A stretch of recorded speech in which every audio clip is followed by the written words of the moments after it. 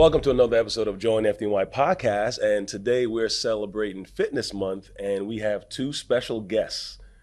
Please introduce yourself. My name's Anthony Simoncini. I'm a lieutenant in the New York City Fire Department. I am currently assigned to the fitness unit for the current probationary firefighter class. Mm-hmm. And you, Brandon? EMT Brendan McCormack. I work in the EMS Academy. Been a job about 20 years and been assigned to drill instructor / the fitness unit for about 7-8 years. Oh, they got you wearing multiple hats, huh? Yeah. Just I you don't know. think anybody wears just one. No one does. Especially if you're good at what you're doing. They're like, oh, great. Yeah, Here's 5 more things for you to do. Yeah, right. Oh, really? This is my thanks I get. Okay, Yeah. no problem. What would you give one of these candidates that's coming on? What would you talk to them about? Like how to prepare for being in the EMS Academy? Our job is very labor intensive. Fire and EMS together. Two different aspects, but I mean, constantly. We're a lot of the times just two of us together and having to do multiple carry downs by themselves. So to prepare, work on your weakness. It's a strong piece of the engine, because all of us, when we come together, it's all different facets of certain things we do, whether we're clearing the way for you or we're starting compressions or we're assisting or rotating, and so it's very impressive. And you work with Bobby Cefoli, right? The person in charge of the fitness unit for the entire job, correct? Yes, I do. Yeah, how is he? He's good. Yeah? Yeah, like I said, he's got a lot of big plans. Hopefully they all come to fruition. Okay. And I think in the end, it'll make the department better.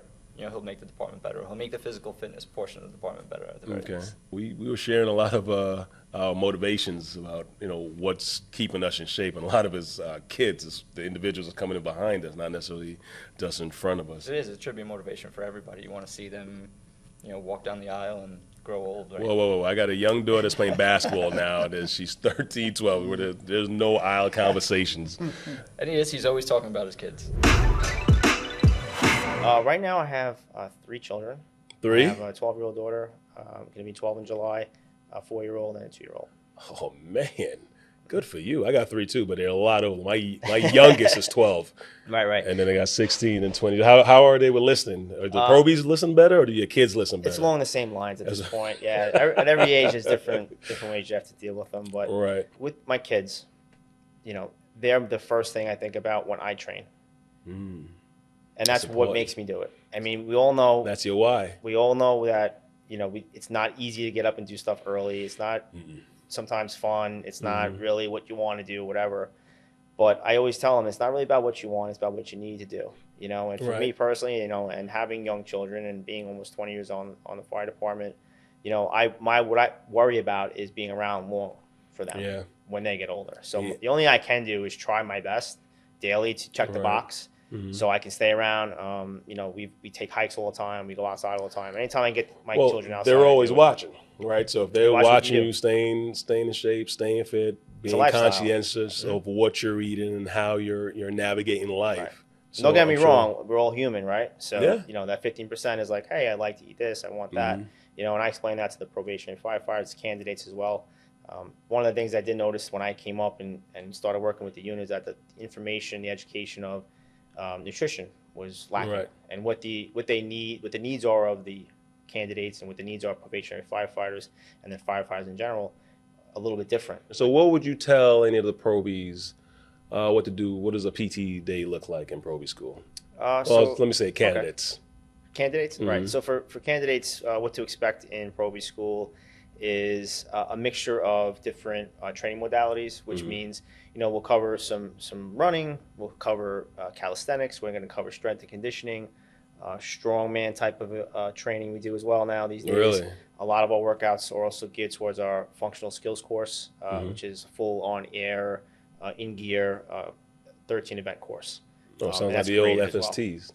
Well. FST is a big part of their curriculum, 20% of their overall grade. In the academy. So it does matter how we're training them and developing them for their conditioning, especially as it relates towards that. And then the other aspect that we really deal with is the entrance and exit runs for candidates. And when you leave Proby School, you have a certain time you have to get out with. All which right. is 12 minutes. So there's a lot of science behind it. It's not just like, okay, they're doing very well with hands-on, or they're just a good runner, or just academics. There's a certain percentage for each, right? You can't just like be excelling in one. You actually Right. have to be good in every area. Well, that's the nature of our job, Mhm. right? We have to have, the book smarts. We have to know what's going on in that aspect. We have to have hands-on skills, and then obviously the physical conditioning, the functional type of condition that we do, Right. and it all kind of overlaps in their evolutions and in job function. So when you're dealing with the unknown every time the tones go off, you have to kind of train in a lot of different areas to bring yourself up to that capacity. So why do you enjoy fitness so much? Is it just because of the title you hold, or is it just like a lifelong thing? No, you've I've been had doing? an interest in sports and fitness growing up. I Mhm. was never the best. I'm not the tallest like yourself. I'm only 5'8". Me too. Well, how's that? It's just the Let's angles. stand up. It's the angles. Yeah. I just had a introduction growing up to sports as any kid growing up in the 80s and 90s. Yeah. And played some high school sports, and then in college I kind of went to more of an intramural route. I never actually was in a major university with major sports teams. I'm not like the CrossFit athlete of the year. I'm not anything special. I'm just consistent. And I think for a long time I've been consistently training. I valued educating myself on learning more. Every year I would look for certifications and just different environments. I trained many people outside of the job in the past, and I think that led me into just seeking the knowledge for fitness and health in general. I do a lot with my kids now. I try to teach them a lot of things I didn't know growing up. So as I am getting older, I realized what things I didn't know at a young age. I didn't have the science background in that. I didn't go to school for fitness. I just kind of developed it over the last 22 years when I started the pursuit of personal training. And then it led me into getting a call from one of my friends actually for the CPAT, the Pure Fitness program. Right. And that he called me on the last day to enroll in that at the time, which got me into that program, which started me helping the CPAT candidates and working with them on a level that was, something giving back to the job. It was about 15 years in or so, maybe less actually.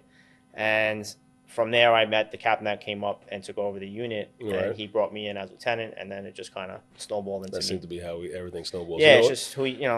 For someone who don't consider himself special, the consistency is what makes you special, and everything you said following it kind of that's what makes you unique, which is why I'm sure you're in the position you're in now. I think that's what's most important, especially as candidates coming in. They have a long process, a long road from start to finish. With CPAT opening up and the list moving on, you have people that maybe have kind of not thought about this for a while, maybe a few years, and now that they might be getting close to getting called, it could be something they decide on doing. And if they understand that consistent efforts will yield the results they're looking for. Nothing's going to happen overnight. Right. And to get yourself ready for what the academy itself is, you have to be at a pretty high level physically for the demands of everyday life there for about 19 weeks, let's say, total. Yeah. So, they don't realize it's not just physical training like PT. We have a very small window that we're with the Probys and we're with candidates.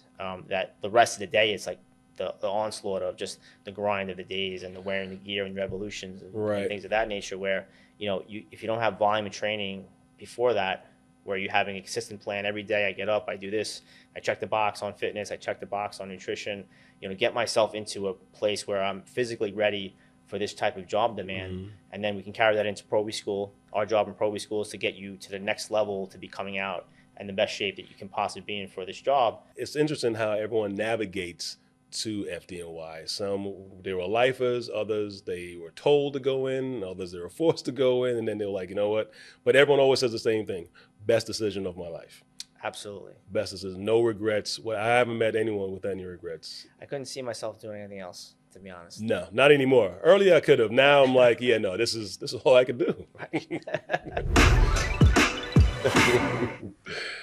No, that was a great episode with Bobby Cefoli. He had a lot of good information for the candidates, a lot of ways how to prepare, and you can see the passion he carries because there's a lot of hours that's not really on the clock that we put in, whether we're thinking about certain things or what we're doing for the next day. So that was pretty impressive. Brandon, your team was here also talking about my team. It's a great bunch of men and women. With Haley, Camilo, and Frankie, just some of the representatives from the fitness team and the drill instructors. They bring such youth and new ideas, and it's great. So the job is constantly progressing. We're always learning, and it's great to have that kind of diversity, so they could bring all that to the table. It speaks volumes to the younger candidates that come through fire and EMS. They're 19, 20, 21 years old. Babies, yeah. They're kids coming through, and it's great when you have that youth on your side, on your team, that has that experience and that expertise. Yeah, and they can relate a lot better because a lot better than me. Yeah. Well, because they'll look at us as I don't believe I'm saying this, but like the parental father figure, and you're like, what do you mean? I'm only only 12 years older than you, and they're like, 12. That's your number doesn't even make any sense. So it's very good to have an eclectic group like that. Yeah. That's pretty impressive. All right, you know what? Let's take a look to see what they have to say. Give me a rundown on first the drill instructing program. What is that about? Drill instructor's responsibility is pretty much they're in charge of the students' disciplinary stuff, administrative stuff, and then the health and fitness portion is more like their physical training, their tactical training, their mental training, and their overall well-being. Both of them are super important. They do kind of cross paths all the time. That's why the drill instructors are also the health and fitness instructors too. Do you think your roles as like the drill instructors and health and fitness instructors kind of lead you to be the first ushering parties of all the new members coming into the fire department, EMS? Absolutely. Yeah. I mean, out in the field, we advocate for our patients, but at the EMS Academy, we advocate for our students. I actually got that from you. But I mean, I'll take credit for that one. He doesn't even remember that. I do remember that, Frank. Okay. But it's definitely important because you are literally going to be their first impression of this job. It's technically their first station, so you want to make sure it's a lasting impression. And health and fitness, that's extremely important to all of us here. So there's obviously an academic portion of that, right? That you have to study and you have to make sure you know how to be a proper EMT to get through the class. But from the physicality standpoint, what can they do to prepare? Stay ready so you don't have to get ready. Did you learn that from him too? No, that's me. That's you? That's all him. That's a Frankie quote? That's me. Yeah, trademarked. Trademarked. Yes, trademarked. You heard it here first. I want it in a book. I want all the DI. How about Write a it on tattoo? Mr. May. Get a tattoo. Yeah, Mr. May. I'll sign Wait, Mr. May. who's Mr. May? Me. What's that? You're Mr. May? I was Mr. May 2021 in the FDNY calendar. Yes.